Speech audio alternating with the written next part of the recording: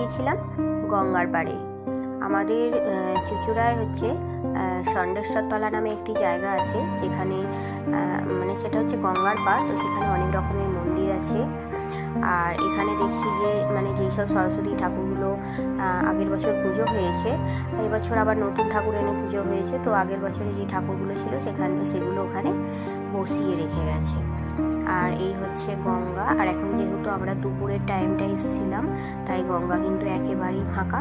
এখানে কিন্তু অনেক লোকে মানে স্নান করতে আসে বা গঙ্গার জল তুলতে আসে। আর এই জায়গাটাতে বেশ একটু পার্ক টাইপের করা আছে, বেশ বসার জায়গা আছে, অনেক জায়গা দেখছি।